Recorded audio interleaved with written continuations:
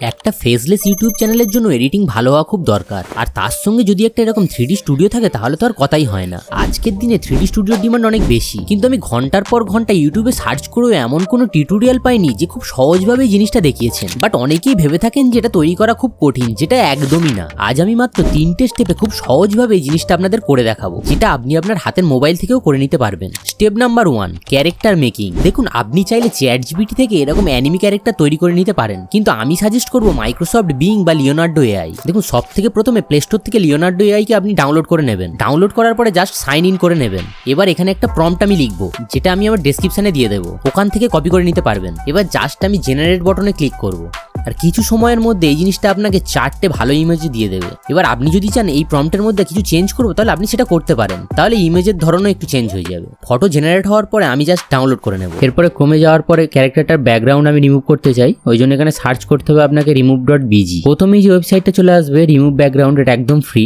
Click করার পরে দেখুন এখানে কিছু লগইন ফগইন কিছু করতে হবে না, জাস্ট আপলোড ইমেজে ক্লিক করবেন। কিছু সেকেন্ডের মধ্যেই এটা আপনাকে একদম ব্যাকগ্রাউন্ড ক্লিন করে দিয়ে দেবে। আপনাকে জাস্ট এটা ডাউনলোড করে নিতে হবে।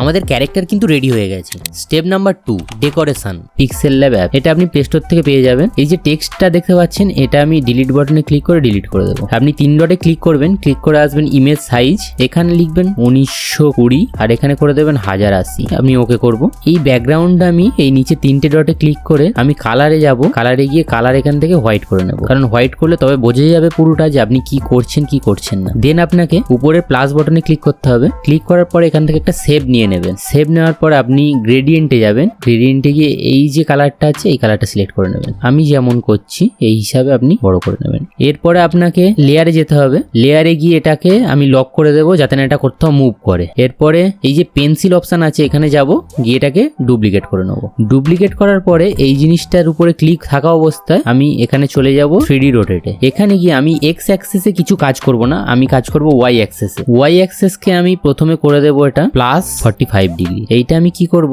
এর যে কোণাটা আছে এই কোণা হিসাবে সাজিয়ে নেওয়ার পরে আপনাকে এখানে চলে যেতে হবে লেয়ারে। লেয়ার অপশনে গিয়ে জিনিসটাকে ড্র্যাগ করে নিচে নামিয়ে দেবেন। দিলে দেখবেন এটা পিছনে দিয়ে চলে গেছে, আর এটাকেও লক করে দেবেন।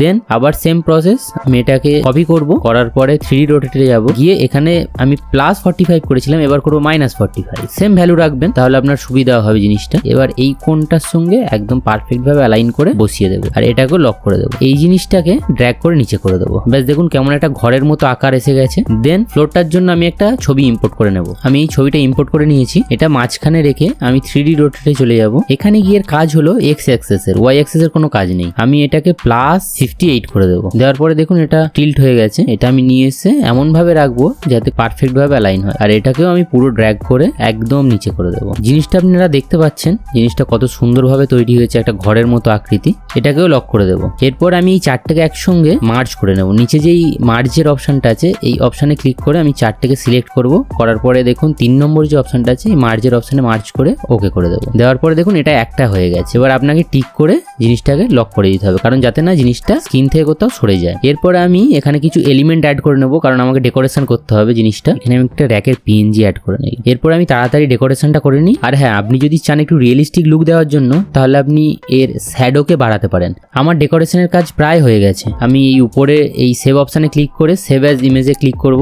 করার পরে এটা কাস্টমটাকে আমি আলট্রা করব, করে সেভ টু গ্যালারিতে সেভ করে দেবো। এটা সেভ করার পরে আমি এলিমেন্টগুলো সবগুলো ডিলিট করে দেবো। ডিলিট হয়ে যাওয়ার পরে এখানে আমি টেবিলের PNGটা আমি নিয়ে আসবো, একটু বড় করব, করে আমি ঠিক এরকম বরাবর রেখে লেয়ারে গিয়ে এটাকে আমি লক করে দেবো। দেন আমি আর একটা PNG নিয়ে আসবো, চেয়ারের PNG। চেয়ারের PNGটা ঠিক এর মাঝ বরাবর রাখবো। রাখার পর আপনাকে প্লাস আইকনে যেতে হবে। আবার এখান থেকে ক্যারেক্টারটা নিয়ে নেবেন, যে ক্যারেক্টারটা আপনি তৈরি করেছিলেন ব্যাকগ্রাউন্ড ছাড়া, সেই ক্যারেক্টারটা নিয়ে নেবেন। চেয়ারটাতে পজিশন মতো রাখার পর মার্জে যেতে হবে। মার্জে গিয়ে চেয়ার আর ক্যারেক্টার, টেবিল নয়, এই দুটোকে মার্জ করে নিতে হবে, যাতে আমি মুভ করলে আমার চেয়ার আর ক্যারেক্টার একসঙ্গে মুভ হয়। আমি এর মাঝ বরাবর রেখে এটাকে লক করে দেবো, আর এটাকে ড্র্যাগ করে নিচে করে দেবো। এখানে কিছু এলিমেন্ট অ্যাড করে নেব। আপনার যখন এই পর্যন্ত কমপ্লিট হয়ে যাবে, এখানে ট্রান্সপারেন্টে গিয়ে আমি ব্যাকগ্রাউন্ডটাকে একদম ট্রান্সপারেন্ট করে নেব। এখানে কাস্টমটাকে আলট্রা করব আর সেভ টু গ্যালারিতে ক্লিক করে দেবো। ডেকোরেশনের কাজ শেষ। Step number 3 overall animation.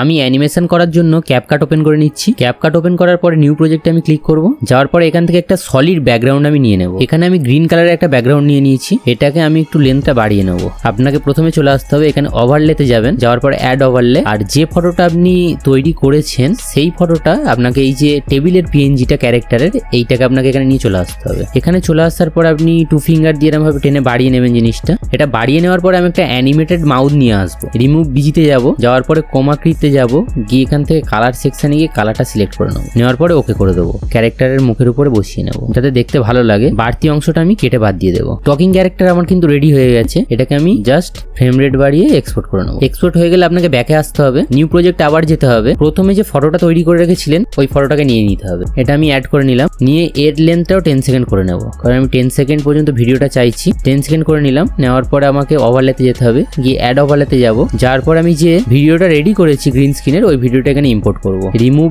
ব্যাকগ্রাউন্ডে গিয়ে ক্রোমা কিতে গিয়ে গ্রিন স্ক্রিন সিলেক্ট করব, করে এখান থেকে গ্রিন স্ক্রিনটাকে রিমুভ করে দেবো। আপনার মতো হিসেব করে আপনি এটাকে সেট করে নেবেন যাতে দেখতে ভালো লাগে। এটা সেট হয়ে যাওয়ার পরে লাস্ট কাজ বাকি আছে ক্রিফ্রেমিং। আমি প্রথমটাতে একটা ক্রিফ্রেমিং করব এবং দ্বিতীয়টাতেও একটা ক্রিফ্রেমিং করব এবং লাস্টে যাব এখানেও একটা ক্রিফ্রেম দেবো আর সেকেন্ডটাতেও একটা ক্রিফ্রেম দেবো। আর এই প্রথমটাতে হালকা করে জুম করে নেব, জুম করে এটা নিচের দিকে ড্র্যাগ করে নেব আর উপরেরটাকেও আমি হালকা করে জুম করে নেব। এবার আমি যদি আপনাকে দেখাই জিনিসটা তাহলে কিছুটা এরকম তৈরি হয়েছে, একটা 3D লুক আসছে, কত সুন্দর লাগছে জিনিসটা। এবার আপনি শুধু এক্সপোর্ট করে নেবেন, ফাইলটা সেভ হয়ে যাবে। এবার আমি একবার ভিডিওটা প্লে করে দেখাচ্ছি।